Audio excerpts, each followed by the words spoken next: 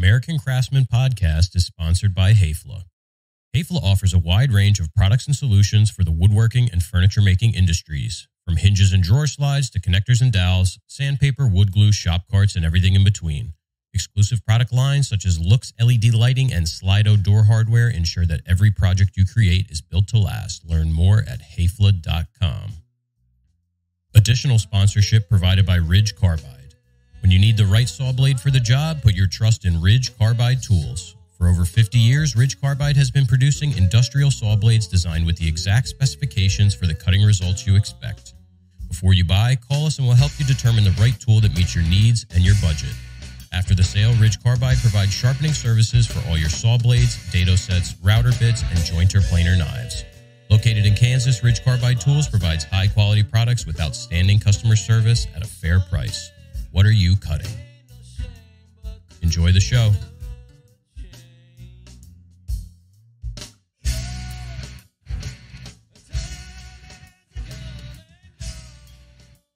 All right, ladies and gentlemen, welcome back to the podcast. Still didn't shorten that intro. I don't think you're going to. Probably not. I just saw that I knew that Stumpy Nubs was sponsored by Ridge Carbide, but he really gave him a big plug on his last one. Oh, really? I also saw that I think he has a Harvey table saw there now. He's sponsored by Harvey, yeah. Okay.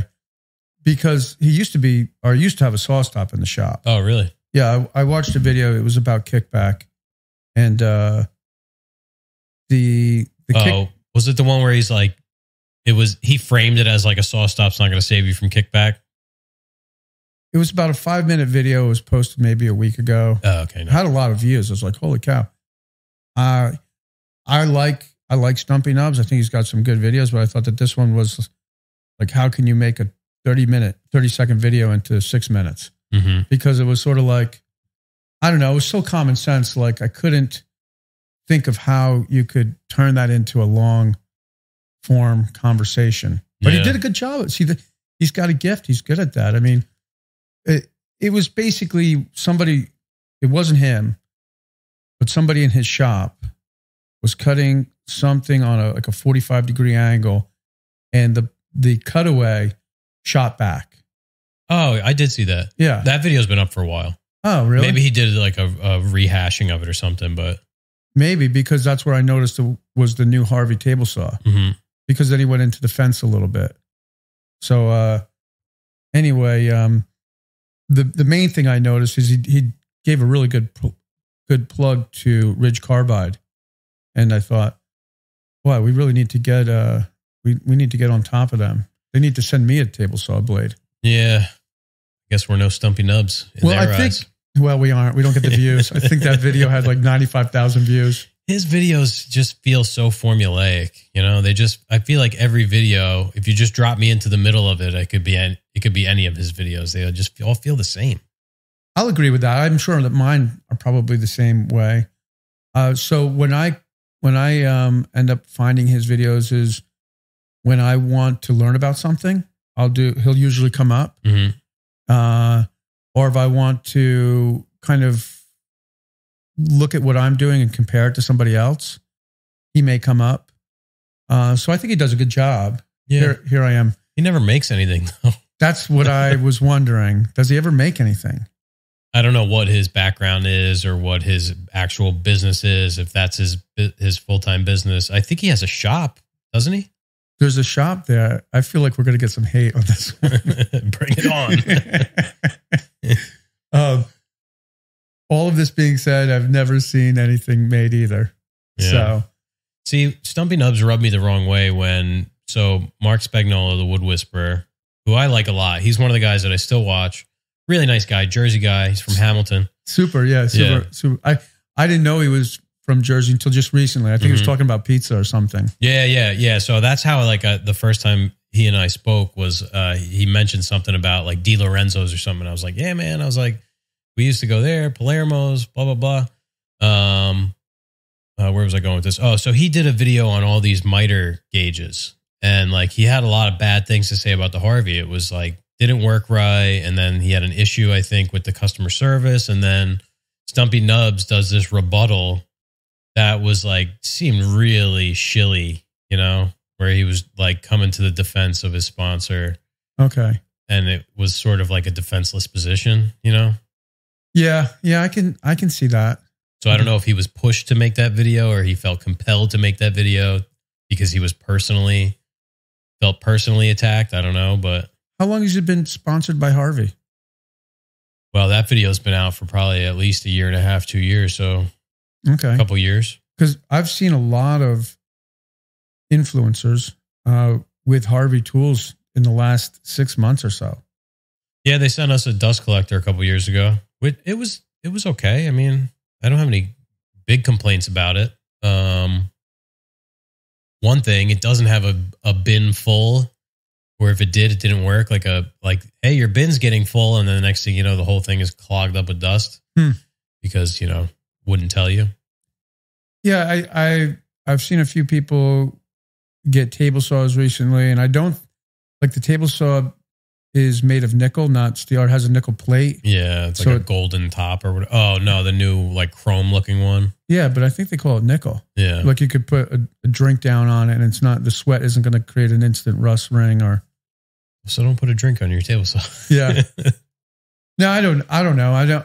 I don't buy a ton of tools. So I don't have I should say I do have a bit of an opinion because I just like nice tools. My feeling is buy less, buy better. Mm-hmm. You know, buy quality, not quantity. That's why I love the saw stop. Saw stop is so nice. Yeah. And the thing is so smooth. And I love my Powermatic too. I like having both saws in the shop. But even if they both had the safety, I would still go to the saw stop. It's just I don't know, it just feels tighter. Yeah. Maybe that's because it's 30 years newer. Yeah. I'm going to get rid of that Unisaw. You're going to get a saw stop? And just I'm just going to go down to one table saw. I don't need two anymore. You just don't have the space for the Unisaw? Aren't you going to regret not being able to keep a dado stack on one saw? I'm doing less and less of that kind of work, you know? Yeah, but it's not taking up that much extra space. Well, if I'm going to bring a CNC in, I need to free up a lot of space. You still have an outfeed table, so you could just not use it. Yeah, but that's the thing. I don't need a 52-inch fence. Those both have 52-inch fences. Okay. I don't ever need to cut 52 inches. Okay. Yeah. That's like a cross-cut saw, and that's it. I'll do some rips on it now and then, but I have the street big. Yeah. Yeah, I guess that makes sense. I mean, I just like the idea of keeping a dado blade in there, even though you're not going to do it that often. I mean, there's definitely times where I'm going to be like, man, I wish I had that other saw, but 99% of the time, I'm either running one or the other, not both of them in tandem. No, I understand that. But you used it the other day to make that face frame. Yeah, but to put the thing into the saw stop's not a big deal.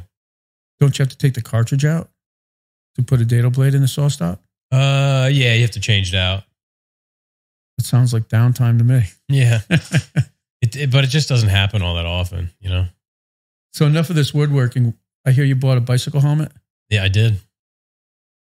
I'm excited about that. Yeah, I better look at my bike when I go home. You know what I need to do is I need to put a front brake on it. It only has a coaster brake. Wait a minute. Wait. It's not a mountain bike. But wait, you have a coaster brake, meaning you pedal backwards? Mm-hmm.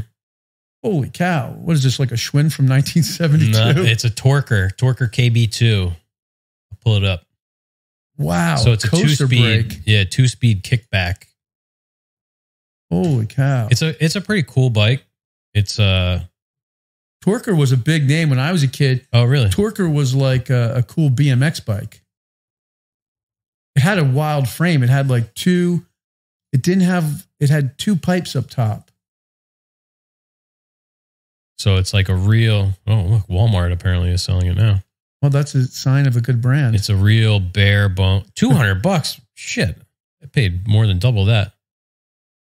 It looks like a nice bike. You got mountain bike handlebars like that too? Yeah, this is the exact bike. Red like this too. Nice. So no brakes aside from the coaster brake.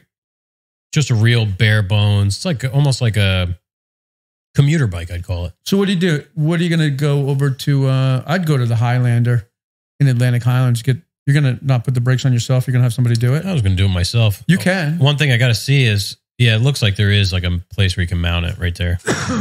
That's a real old style brake. That's like the old shoe brakes that tighten up on the rim. Yeah. I'm just going to get it working, and then I'll probably break the news to my wife that I'll buy a bike. If I. There you go. Yeah, get the miles in and then ride. Yeah. But like I said, you're welcome to try one of my bikes anytime you want. But the problem with that is you're gonna be like, holy cow, I don't want to pedal a regular bike again. Yeah. I get on my acoustic bike, like my analog bike, and I think, what does this thing have, a flat tire? Yeah, and this thing with 2 speeds, like, man, you get to a hill, you're working. Well, around here, you're going to be pretty good until you get to the Sandy Hook Bridge. Yeah, I used to go over it every morning. Yeah. And by the time you get to the top, you're gassed. Well, that's your only hill. And then you're just going to deal with the wind. Yeah. Yeah, like you couldn't take it in the woods.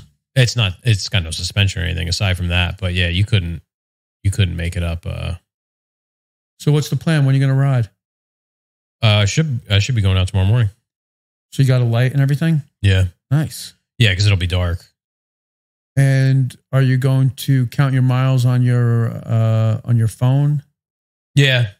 Yeah, because I used like the whatever it's called on the Apple Watch, the fitness app or whatever, to so you have these rings. You have 3 rings: exercise ring, move ring, and standing ring.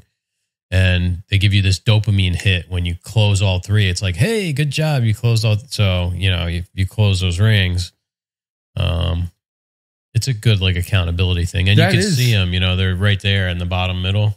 So you see, my exercise ring is non-existent today, but my move ring is almost 3/4. It's wild how that actually works. That dopamine, like just getting a notification, sends something to your brain and gives you like a momentary like feeling of euphoria. Yeah. I have when I sell a set of plans, it goes to like a different email, and I get a notification. It's just like a little, like, I don't know. It's like an adrenaline shot. Yeah. I love selling plans because you don't have to do anything. It's like a done deal. It's like, oh, congratulations. You just sold plans. Mm-hmm.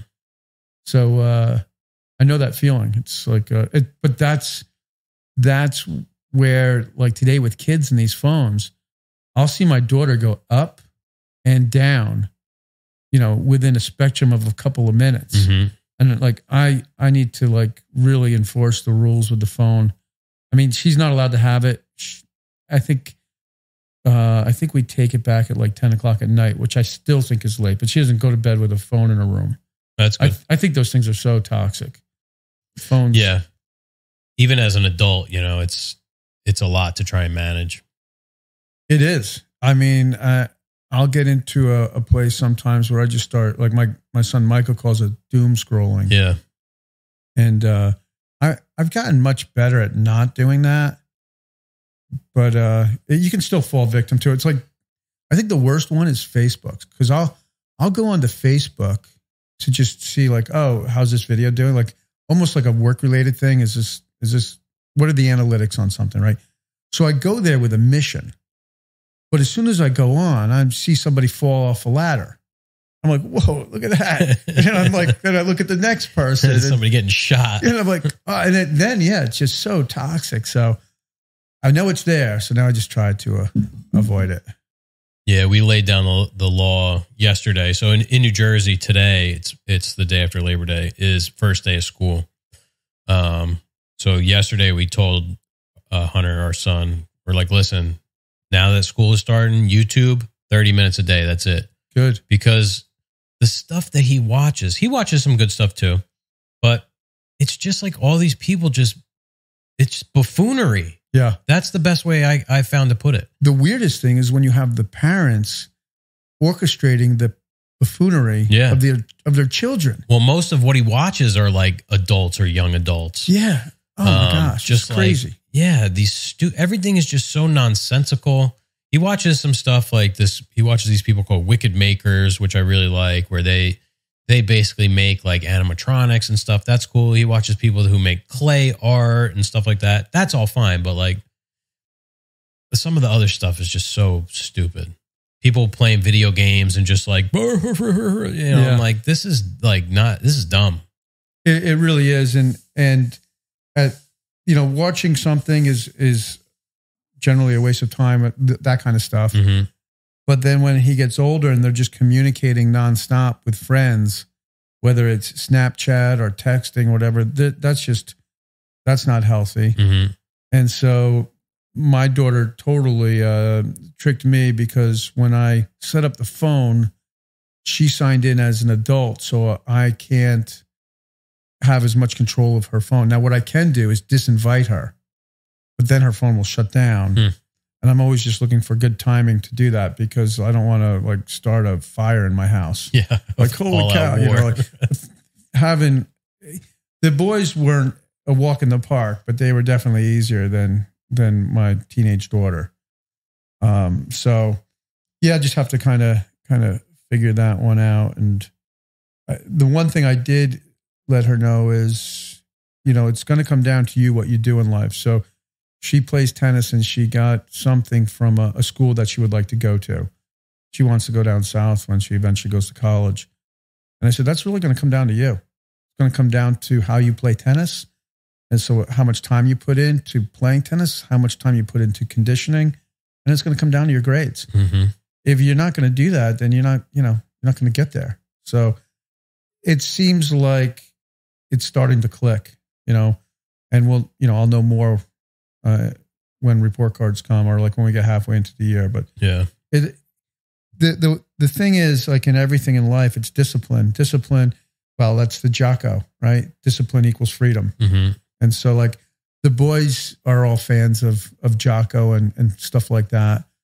And so I'll try to say stuff like that to her, and she just sort of laughs me off. But I'm trying to get her to do something I don't do, but I think it would be good for her and me. What is that sport that you roll? They call it jiu-jitsu? Yeah. The reason why I don't do it is like I don't want to like bust up my neck or. Who does that is Brian. I knew he did that. Yeah. Apparently, that is just like a great skill to have. Yeah. In case you're getting a street fight. Well, can't you use it in a street fight as well? What? Yeah. Oh, yeah. That's what I'm saying. Like I thought you said if you get in a street fight, or just a good thing to have as a confidence builder. Like I feel like it would be just as good for a young woman as it is for a young man, just as a confidence builder. Yeah. My niece, I don't know if she still does it, but she did it. She's only 10. My kids for a little while did Tiger Showman's karate. Yeah. Which I didn't like. I went to the Shaolin Kung Fu Temple in Hightstown, New Jersey when I was a kid. How long did you do it for? Not very long, a couple years. Do you remember any of it? No. Yeah. Not at all. I was like, I might have been Hunter's age. I don't know, 6, 7. That's where my kids were. And I was just like, I feel like I'm just burning money right now. Oh, yeah. It wasn't cheap. And I was like, why are we doing this? Hunter starts soccer this week. So he's got practice on Wednesdays and then games are on Saturday. Does he like it? Yeah. He says he does. Good. When they were 5, it was like, good luck keeping 5-year-olds on topic. Are you going to do baseball or t-ball? I'll see what he wants to do. I loved it when the boys were in baseball, just because it was sort of like the sign of spring. Mm-hmm. You'd go to the games over there, over in Atlantic Highlands. It'd be freezing cold when the season started, and then it just got warmer. Mm-hmm. I liked that game. Soccer I didn't enjoy as much, but that's because I played baseball with them in the backyard. Mm-hmm. We'd hit the ball. We'd have a catch with the baseball. Where soccer's, that's a lot of running. Yeah, I never played soccer, and I just can't get into it. Yeah, I didn't want to say anything. I can't either, but it's like a huge sport. Yeah. And I have family members who love it. I went down, I think we might have talked about it. I went down to my wife's last game. She plays like adult league. That's impressive. Soccer, yeah. Because the running, like in soccer, basketball, those sports are just full on. Yeah, they had some girls on the team who were like, so my wife is like pushing for, well, I shouldn't say. You better not say. She's in her upper 30s. How much does she weigh?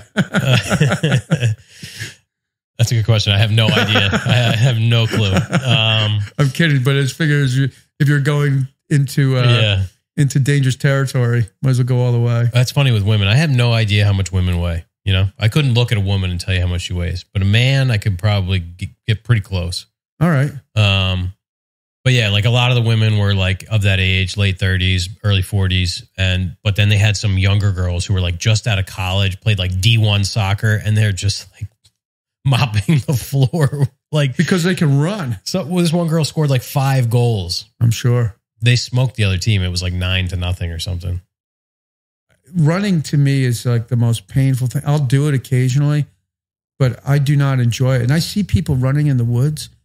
They look like gazelles. Mm-hmm. The way they look like they're enjoying every minute of it, and their feet are barely touching the ground, and they're flying. I'm like, holy cow, that's amazing to me. It's just not me. I'm not into it. I would like if Hunter got into lacrosse. I think lacrosse is a super fun sport. I'll agree with that. I think it's a fun game to watch too. Mm-hmm.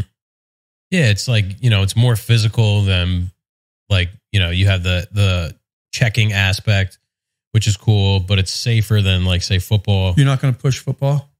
No. That's a huge commitment. I don't think my wife wants him to play football. Just the risks, of concussion and stuff like that. I think there's so much more known about it today. Yeah, I had a lot of concussions playing football. Yeah, that's pretty scary. Explains a lot. I don't know if I've had concussions. I probably have. I've been in 1 or 2 car accidents, so maybe. Yeah, I had a long time ago. Where like I had to go to the neurologist, and I would like fall asleep in class because I had like my vision was all messed up. One of the guys I ride with, he was telling me something. I saw him in the woods. We weren't riding, but I saw him in the woods last week. And he referred to, that was before the accident. I was like, what are you talking about?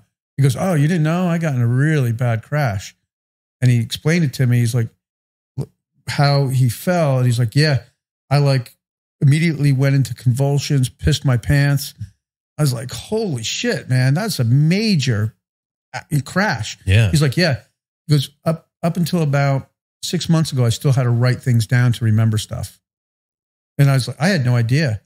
But he just, just one wrong turn. He's a super confident rider, and somebody, he's probably at least 20 years younger than me. And like, I don't even try to keep up with him. So it hasn't scared him off the bike. But he probably, I know it was. My son Jack just took a wipeout. He was up in Killington, and I was talking to him about that. He's like, yeah, I don't do those things.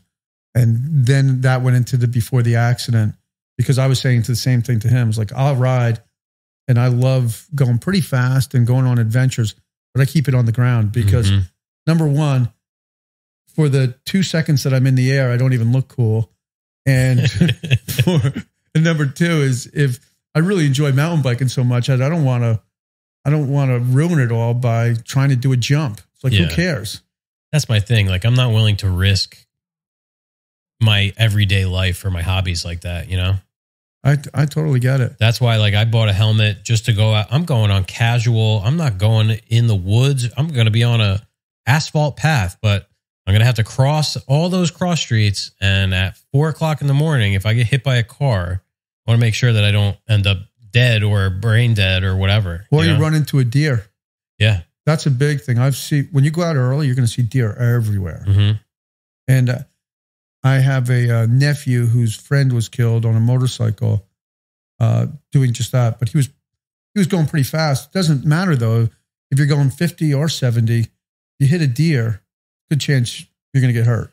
Yeah, I had a real close call right on Leonardville maybe about 6 months ago with a deer in the morning coming here. How'd you avoid it? I just braked. Yeah. Okay. But never swerve. If you're listening, just never swerve. Hit the deer. Yeah. When you swerve is when you end up killing yourself by hitting a tree. Or some oncoming traffic or something like that. Yeah. Yeah. There's a movie with Nick Nolte. I forget the name of it. But it's like the bus driver swerves to miss something and like ends up like killing all the kids in the school bus. You just hit it. Yeah. And I think they even tell you in the UPS like driving school, like if somebody goes out in front of you, don't try to like swerve into, you just got to deal with it. Brake and try. Yeah. You just go straight and brake, because chances are you're going to get in a much worse accident. I think my brother-in-law years ago worked for UPS, and I believe he told me something exactly like that. Mm-hmm. Makes a lot of sense. Yeah. Yeah, so now we have all the school, like I was coming to the shop this morning, and it's got the 25 zone back open. Yeah. Yeah, and it's funny because when I come here, sometimes of course it hasn't been this summer, but last year, if I was heading over here at like 2:30, I would get caught up. Oh, because there's like 6 schools. Yeah, right on the main street. It's just like, I'm like, oh, geez, I got to remember not to come over here at this time. Mm-hmm. So it's something to, same thing with Atlantic Highlands. If you've ever gone down, like I'll run to Jasper Hardware and all of a sudden I realize it's 5 minutes of 3 and I'm stuck in the traffic because First Avenue it's all just jammed up. I went to Jasper on, was it Sunday? I was going to go to Lowe's. I thought of you. I was like, I'm going to go to Jasper. What'd you get? I just needed some nuts and washers. I needed a 2-gang old work box, a couple outlets. Did anybody help you? No, but I kind of, when I walk in, I kind of try and non-verbally make it clear that I don't need any help. All right. Sometimes for like a piece of hardware, it can be helpful. Yeah. But I find them to be all like super helpful. Yeah. So I used to go there more often than I do now. I'm trying to think if is there a big price difference? It was pretty cheap. Yeah. But I do think that the old work box I got was kind of crappy. But that's not like, work box? Old work box, like the blue boxes with the tabs. Oh, yeah. The electrical box. Like I cracked the wing on the one like really easy. Huh. Not to say that the ones at Lowe's are great, but it could have just been a fluke. Yeah, it's unfortunate because there are some, like you can't buy good tools really at Jasper Hardware. Yeah, they have like those behind the thing, but and there's not a lot. It's not. I would never buy a tool there. Yeah. But I ended up buying, I think, 20 bags of topsoil there yesterday. Mm-hmm. It was $3 and like 60 cents a bag. That's not too bad. I just like going there because it's close. Yeah. I was like, why am I going to go to Lowe's for washers and nuts? Oh, and trying to find washers and nuts at Lowe's. I don't know. That's a nightmare to me. Yeah, these were like 3/8, 18 or something was the pitch. All right. My bed frame. So I built a bed out of cherry, and it's a king size bed, and I didn't want to use a box spring. So I bought like this metal base basically that it screws into the side. So it has 3 horizontals, and it's got like a scissor kind of thing in the middle, so you can change the length, Okay. And it's got 3 legs. So the nuts that hold the height of the legs were made out of like Delrin or something. And over the last, we've had it for, I don't know, say 3 or 4 years. They've totally got stripped out, and the legs were like, went way down. So the middle of the bed was like this. My back's been jacked up. Yeah. Wow. So I only realized this recently when I had to go under the bed to try and find something. I just thought my back hurt. So the dog puked on the bed. Oh. And so I had pulled the mattress off, or we had pulled the sheets off. And Sunday, my wife was at work. My son was at my in-laws. I'm like, now's my chance to fix these legs, because I don't want to crawl under the bed because it's only, 10 inches or 12 inches off of the floor. And then you're trying to work under there. So I pulled the mattress off, which weighs like 1,000 freaking pounds, king size mattress. And finally fixed those. My back this morning, it didn't hurt when I woke up. That's great. Yeah. That's great. You have a good mattress? Yeah, so we got a new mattress probably 6 months ago, within the last year. It's called the Plank. It's like the hardest mattress you can buy. Got like a nice hard. Did it get delivered in a box and unfold and like take its shape? It's a hybrid, so it's memory foam and spring. Yeah. I don't like the straight memory foam. They're too like squishy. Mine has memory foam and spring as well. Yeah. It's amazing how they can get that into a box. You can never get it back in a box. No. Yeah.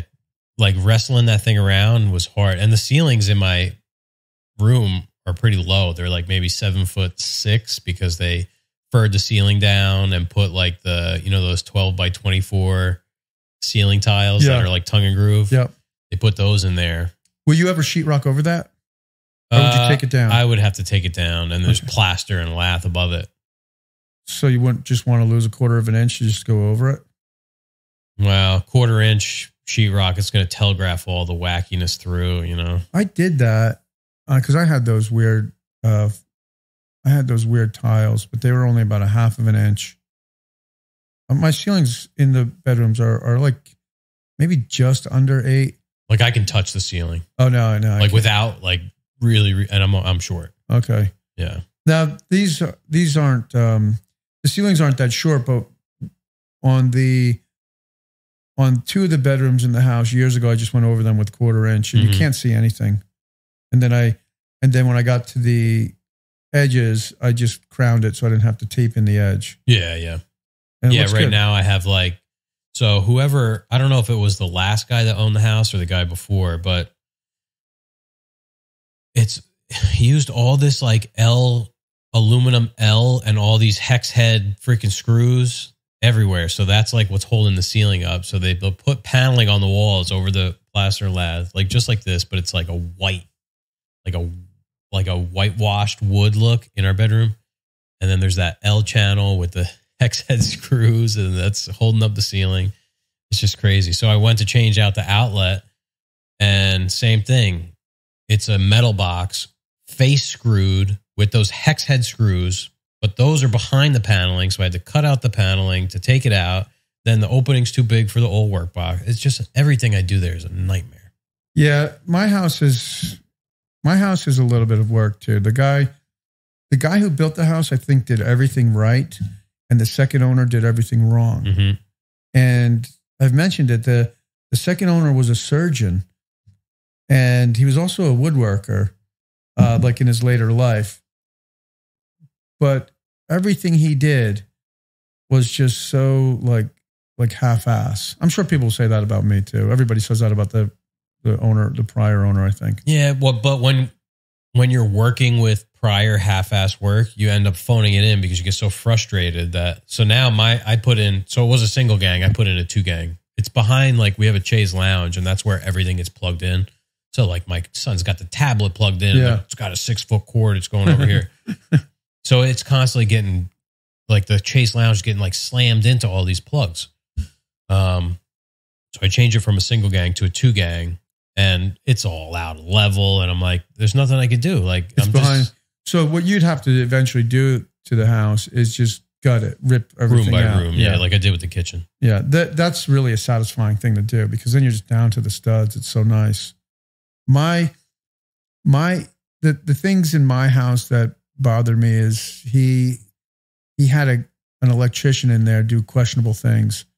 And so like I slowly but surely kind of getting things redone. The first owner, he did some things good, so there's a big piece of steel in the house, which gives us a lot more headroom in the basement. The way he positioned the house with French drains, so the water drains away from the house. Yeah. That's huge. Like, you just don't, when you're young, you don't know. Maybe you do, but I didn't really realize how important these decisions were. But just having all the water in the property drain away from the house, having 2-foot soffits. 2-foot soffits are great. They just keep the weather off the house, and it's a brick house. I never thought I'd be in a brick house as a kid. I was like, I don't know, it just didn't appeal to me. Mm-hmm. But when we were looking for a house, this house was available. It had a barn in the backyard. was like, okay, we'll fix up the barn. We can live here and see how it goes. And, 30 years later, or 20, maybe 28 years later or whatever, we're still there. And aside from a few, I know the one thing is, like if the original owner had made the bedrooms like 2 feet bigger, all around, that would have made a big difference. But you could look at it as it's less house to clean. Yeah. The kitchen's kind of small, but as we get older and the kids eventually moving out, it's like we don't have to downsize. Yeah. We do have our washroom in the basement, and eventually I might want to move that upstairs, like maybe even in the garage. Mm-hmm. I can do that. I think I can work that out with the plumbing, because the washroom goes out to a gray water tank, and the bathrooms go out to a septic tank. Mm-hmm. So these are the things, but yeah, I can't complain. I'm pretty happy with it, except for a few little things. Having water in the basement's the worst. Water's tough. We bought the house, knowing that, we're on the dry side, but knowing that there was potential to get water in the basement, but then it took a year, maybe more, until we had times where there was like little wet areas in the basement, small puddles, coming in through like the Bilco door, the door itself, but the walls. And we have a perimeter drain, but man, that first time when we had like inches of water in the basement, it was like, holy shit, this is bad. Do you have a sump pump in there? Yeah. Is it working? Yeah, but if the power goes out, you're screwed. Yeah. You have a generator? Mm-mm. I have a gas powered generator. Most of my neighbors have natural gas generators. Yeah. That's a huge investment. Oh yeah. You're talking just $10,000 just for the unit. And then you have to get on a maintenance program, because that generator has to cycle, I think once a week. Yeah. Once a week. And like my neighbor who has the natural gas generator, it didn't work last time. And so I've got this Briggs & Stratton, and what I do now? I used to use Stable, but now I've gotten in the habit of I'll run the gas out, and then I'll run True Fuel. I'll run, a couple of ounces of True Fuel through the motor and let it just completely run out. And then I've had really good luck without having any problems with the gas going bad in the carburetor. Because that stuff's expensive, right? True $24 a gallon. It's ridiculous. Yeah. But so I don't really use it to run the generator. Right. I use it to season the generator. Mm-hmm. The reason why I switched over is I haven't had an issue with any of my gas powered machines, like my lawnmower and chainsaw, things like that. But my snowblower wouldn't start, and it was just bad gas in the carb. And they make the carburetor on the snowblower so difficult to get to. So now I just forget it. I'm going to. So I did have Stable in it, but the gas still went bad. So now I do the same thing. I run a little bit of. I'll run the thing out with gasoline after I'm using it. I'll siphon the gas out. Mm-hmm. And then I have a tank that I call, gas for burning. And I'll use that to start bonfires and stuff like that. Of course, you got to be careful. You can have a gas explosion. But the True Fuel seems to really do the job because there's no ethanol in it. Right. But it is expensive. Yeah, that's 6 times. Having a snowblower and it not starting during a snowstorm is a frustrating experience. Yeah. Well, my thought with the generator, it's what happens is the sump pump will go out in the middle of the night, or the power will go out in the middle of the night. I have no idea that the power went out. I'm sleeping. So even if I had a generator, you wake up and then the basin's full of water. Yeah, there's something to be said that. Well, for me, I need it because we have oil heat. So if we don't have, we have oil heat and we have a well. So if we don't have a generator, we don't have heat or water. Yeah, you lose prime on the well. So that was the main thing. But this little generator runs 2 refrigerators, a microwave, 1 or 2 lights, the well pump, and the furnace. So as long as you can get that generator started, so if I'm not around, the kids have like a video instruction on how to do it. But luckily they haven't. I've always been around. What do you keep in the garage? I do, yeah. How long does it run? Like, I don't run it in the garage. I pull it out. But I mean, like, let's say you fill it up with gas. It probably holds what, like 2 gallons of gas, 3 gallons of gas? Something like that. It runs a long time. Like all day or? Probably 4 or 5 hours. Mm. So you have to have gas. But I always have gas because I've got lawnmowers. Yeah. The lawnmower. And if I had to, I could, I guess I could siphon gas out of the lawnmower. But the trick with having gas around is just keep the tanks full. Mm-hmm. Less oxygen gets into the tanks. Yeah. And I don't know. I don't run into a problem with having, I guess, the season. So I'll use my lawnmower into December, and I'll start using my lawnmower again in March for leaf cleanups. Well, leaf cleanups in December and just yard cleanups, aerating, things like that. Oh, there's my reminder to put out the recycling. I already did it. What are you working on? So right now I'm just working a little bit on my own kitchen, wrapping up that cherry cabinet that's going to go out this week on Friday. Nice. And I'm just bidding a ton of stuff. I got like another 2 or 3 things today came in that I got a bid. Big banquette. Nice. Another banquette. 3 trundle beds. I got a kitchen drawing that I've been putting off. Anything local? The kitchen's in Highlands.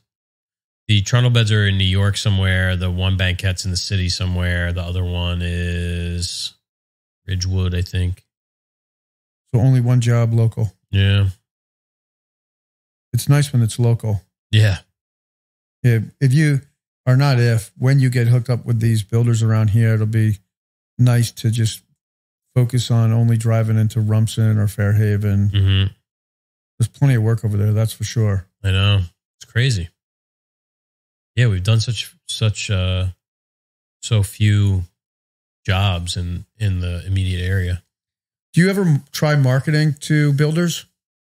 No, not particularly. It's like a lot of work and you don't really know. Yeah, a lot of times they just want to leave as much meat on the bone for themselves as possible. They're greedy. Sure. But I want to do a kitchen specific marketing campaign. So I got to talk to my mother-in-law. She's in marketing. So I need to get some guidance from her as to what sells, what do I need to do? Is it a Instagram post that's static pictures or videos, or is it? She knows this. Oh yeah. She's in, she does marketing for a large real estate company. So. Oh, that's good. Yeah. That's good. That's going to be good information. Yeah. If you could get hooked up with that, then that would be, that would be great for both you and also the channel, just for all the new stuff that's going on. Yeah. Yeah. I had, Matt and Tyler, I think, from BSE popped in right before we recorded today. Yeah. Nice guys. So they were just in the neighborhood, wanted to see the shop. I wonder where they were, if they were in the neighborhood. Yeah. I don't know. I was wondering if they were at Timber, but probably not. No. Well, maybe, but I doubt it, but. Have you put down the grass seed in your yard? No. Are you gonna? Yeah, I should really need to. I have spots, like some spots that, like where I cut out these 2 arborvitae, and like I'll rough those up and put the seed down, but I think I'm just going to spray and pray, just put it down and keep it wet. Just keep it wet and put down the starter fertilizer. Mm-hmm. You're not going to use that whole bag. No, that's a lot of seed, right? Yeah. So use what you need, then bring it back because I'm going to use it. Uh-huh. So next time I come here, I'll take that because I'm probably going to seed probably this time next week. Mm-hmm. I seeded a little bit, but I seeded the dense shade. So the stuff that you have is Black Beauty Ultra. Mm-hmm. And, as long as you keep it wet, it should come in. The other thing too is what you could do if you really want to get some work in. You could put the seed down, or what you could go over an area of your lawn with a couple of bags of topsoil, cut them open, and then just rake it around so you have like a thin layer of topsoil. That would be easier maybe than trying to aerate your yard. Yeah, because it's like stone and rock and well, that's in the back, but the front's not. But I have a lot of like undulation. There's definitely spots that need to be like leveled out, but I got bigger fish to fry. Yeah. What I like about doing that kind of work though is you can kind of turn your brain off and just get something done. Yeah. I like that. That's what I did all day yesterday. Was not all day, but a couple of hours. I leveled out something, got some topsoil, trying to create a berm to bring the water to a different part of the yard, just to try to control the water. And I had all that kind of rough dirt that I excavated out for the outdoor shower. I'm going to put a video up on the outdoor shower on my channel for next Sunday. I think maybe some people will be interested in that. It's great. I can't believe it took me 25 years to finally dig a dry well and put this thing in. It's just before, because we have like this like kind of like little courtyard area, which is pretty private. So you can, the kids just always take showers in their boxers, and or you can wear a bathing suit or boxers, but it's not walled off. And the water would just kind of sit on that stone, and it would eventually drain. But if a lot of people are taking showers, then it would start to puddle up. Then if you're doing the ice bath and you're emptying the ice bath occasionally, then that would puddle up. And then that would lead to algae and discoloration of the stone. And so finally I put in this dry well and power washed all the stone. And it's great because the water just is gone. It's also really nice standing on the wood frame. And I used a 1/2-inch spacer.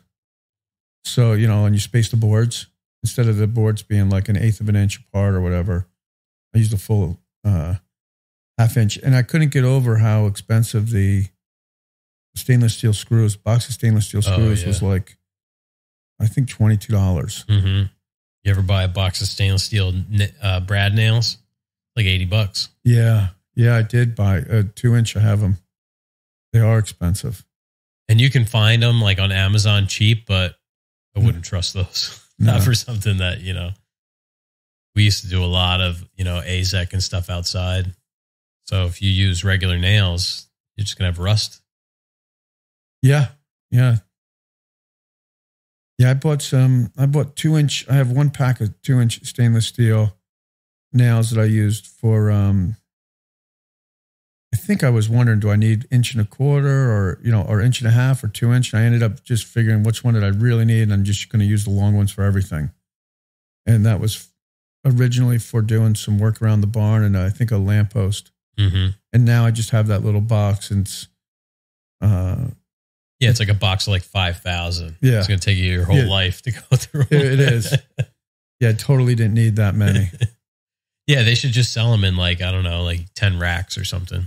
Well, you can buy them like that at Jasmine, but not stainless. Really? Not stainless. Yeah. You can buy, you buy like a little box at Jasmine. I know everybody over there at Jasmine. They're just the nicest people. I really like Matt and Brian. They're like these guys who are probably your age, maybe a little bit older, but just like, just always say hi. If you ask them where stuff is, they'll know exactly where it is. But that's where I bought that True Fuel. It's the same exact price though at Jasmine as it is at Lowe's. Well, that's good to know. Yeah, Lowe's is like where I typically go. The thing I like about Lowe's is like they're open at 6 o'clock in the morning. That's true. So I'm up at 4.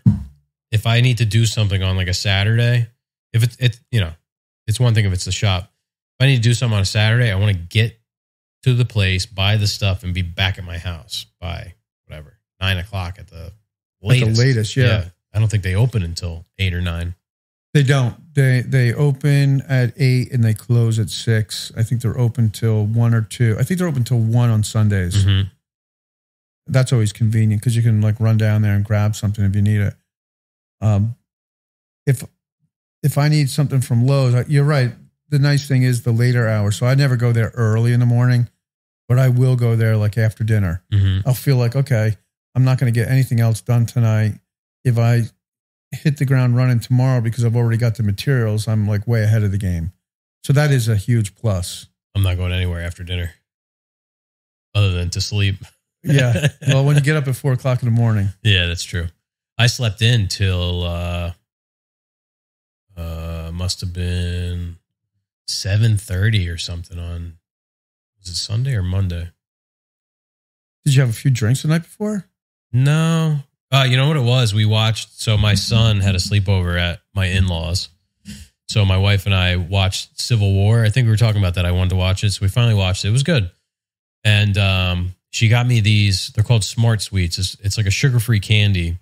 They used to be something that you could eat on keto, but they changed the formulation. So now it doesn't have sugar, but it's got something that's basically sugar. So I ate these 2 packs of it, and it was like, I felt horrible all day. It was like I had like a terrible hangover. Wow. Yeah, so I slept till about 7:30, and then I had a really hard time falling asleep that night because my hours were off by, 3.5 hours, Who was in Civil War? Did you see Narcos? The guy who played Pablo Escobar? Yeah. He's one of the main characters. Oh, wait. What is Civil War about? Was that a recent? Oh, that's the one. That's the one that's like a modern day one. Yeah. Oh, okay. Yeah. It's maybe like a year old. Maybe not even. Okay. So it's about like a civil war that breaks out in the United States. But it's really, that's like the overarching backdrop. But then it's really about their wartime journalists. So the main character is this woman. She played the woman in Spider-Man. Wait, is that, what the hell's her name? Spider-Man or Wonder Woman? Spider-Man. Civil War movie. Can't think of her name. Kirsten Dunst. Oh, yeah. Yeah. Wagner Moura is the guy from Narcos. Nick Offerman's in it. He plays the president. But he's sort of just like in a couple scenes. But so they're wartime journalists, and they're trying to get to D.C. to interview the president because the secessionists are like closing in on him. They want to get this last interview with the president before he's potentially going to get killed or overthrown or whatever. And then this young journalist, their photographer, she's a photographer. He's like, he drives and whatever. I guess he's like more like the director. Kirsten Dunst is the photographer. Sorry, I got in the weeds. She's a photographer, and she meets this young photographer. And next thing you know, she's tagging along with them from New York to DC.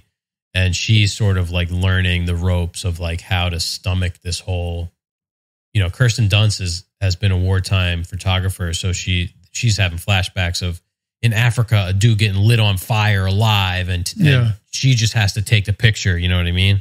So that's like the real storyline is about like being a wartime photographer and like, you're just there to document. And yeah, so it's pretty crazy.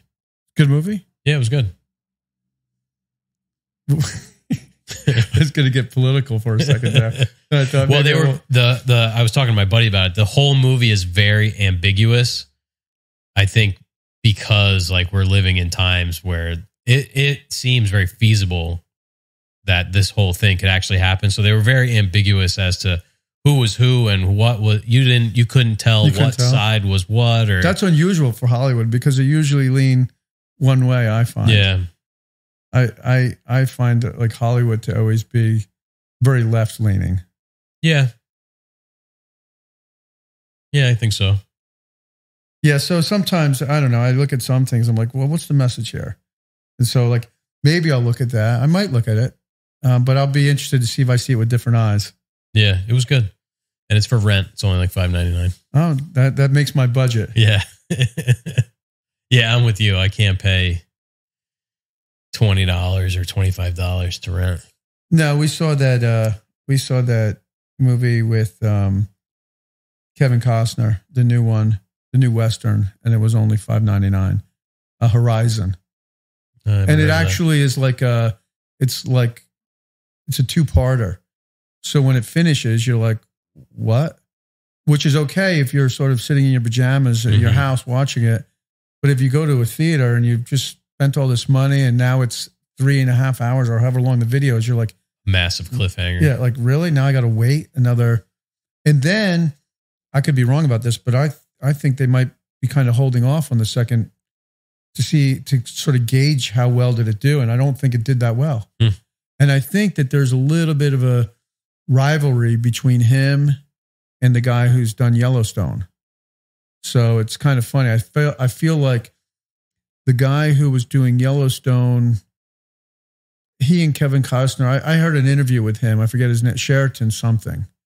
I heard an interview with him on Rogan, and it sounded to me like they just didn't see eye to eye on things. I've never watched it.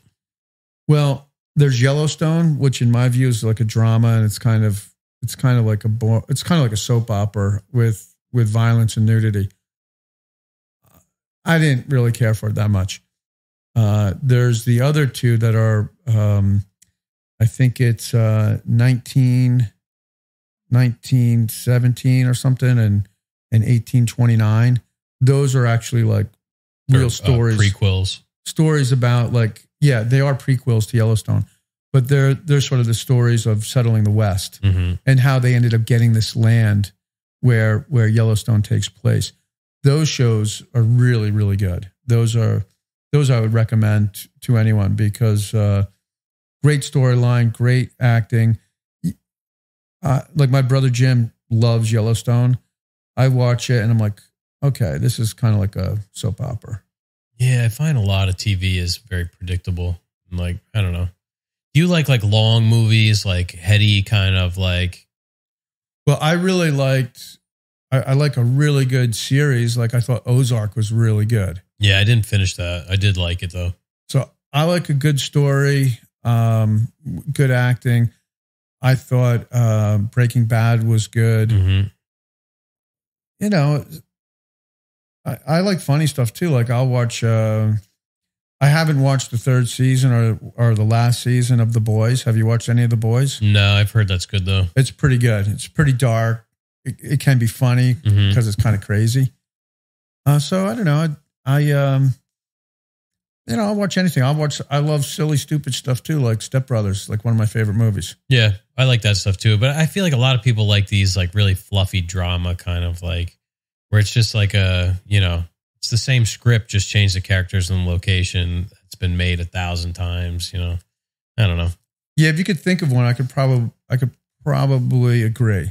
Because if I feel like I'm sort of wasting my time and I'm not really learning anything or being truly entertained, then I'm like, well, what is this? It's kind of, but if it's like a good entertaining show, I'll give it my time because that's a way to take a break. If I'm sitting in front of the computer, if I'm like watching YouTube, I end up watching like work related type stuff. Not always, but it's just easier to. Yeah.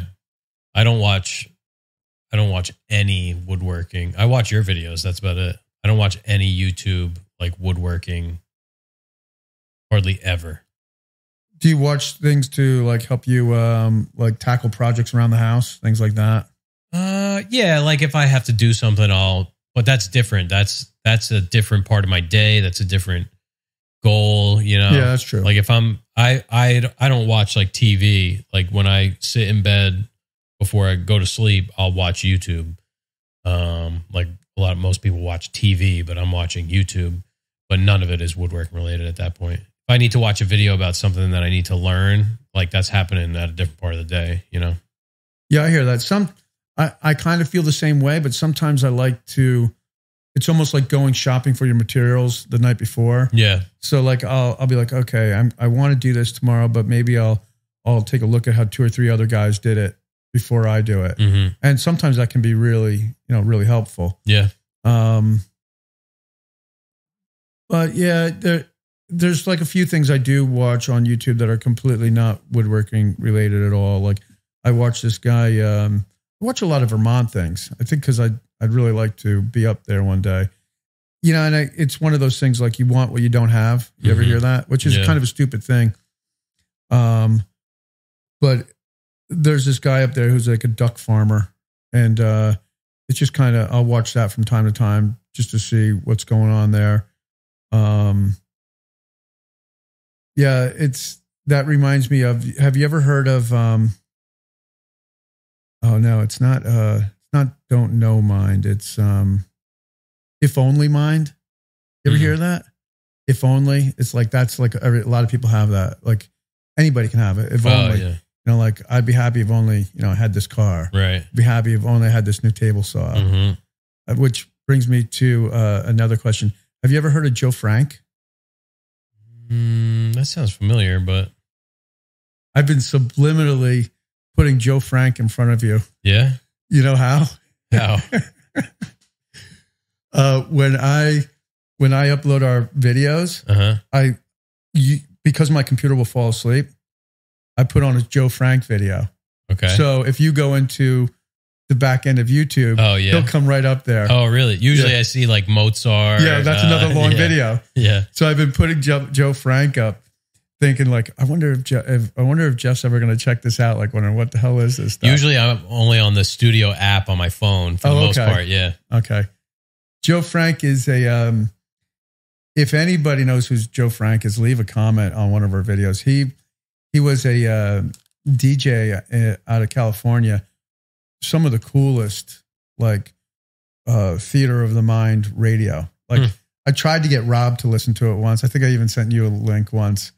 And I always think, like, if anybody likes this stuff, there'll be like a connection. Right. Because it's like, you got to be, it's almost like I don't know, there's just a connection. You go into your own world when you listen to Joe Frank. And people who do like Joe Frank are like diehard Joe Frank fans. He's passed away, I think, maybe 2 or 3 years ago.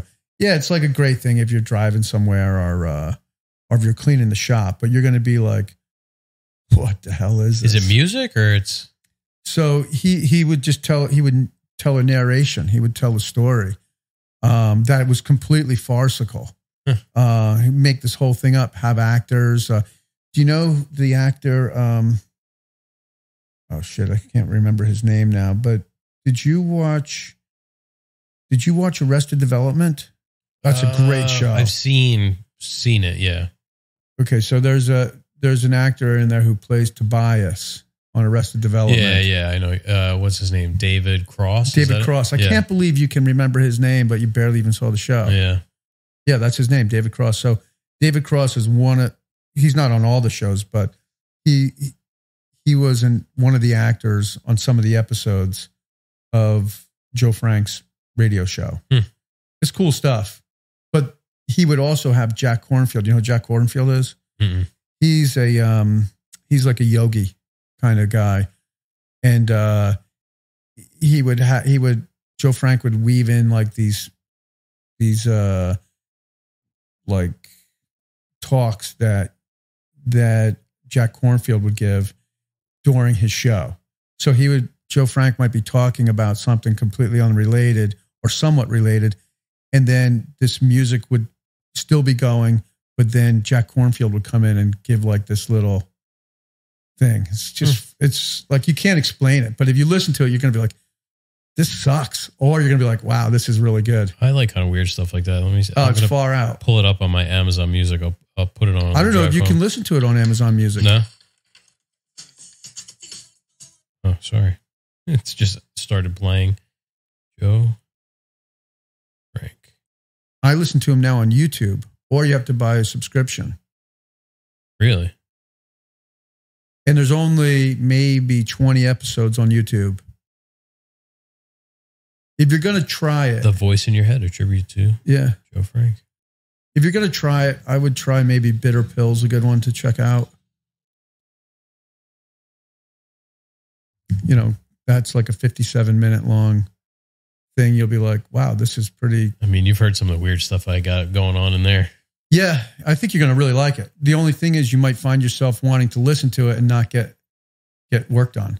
So like if you're painting, if you're doing something like that. But yeah, I'd be really curious to see if anybody has ever heard of it, because it's a very, very small community of, but totally. From what, the 90s? Yeah, I would say it ended in the mid 2000s, probably started in the early 90s. I started to listen to him on a radio station called WFMU. I think Rob was familiar with WFMU. Is it Fordham? Yeah. So he would be simulcast on that, but he was out of, like I said, he was out of KCRW in California. Really far out stuff though. Worth checking out. Yeah, I like weird. I like far out movies too. You know, the weirder the better. I think you're really going to like his voice. It's really like, I can't get anybody in my family to check it out. Oh yeah, that's like the movies I want to watch. My wife wants nothing to do with. Yeah, you know? I can't even get my sons into the Joe Franks. Maybe Walter. I could see maybe Walter like being, oh yeah, this is pretty good. I'll check it out. What was the one? I would try Bitter Pill. Bitter Pill.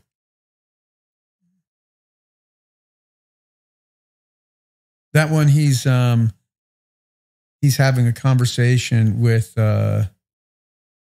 this guy who's an actor, Larry Block. And it's all fictional. It's all fictional.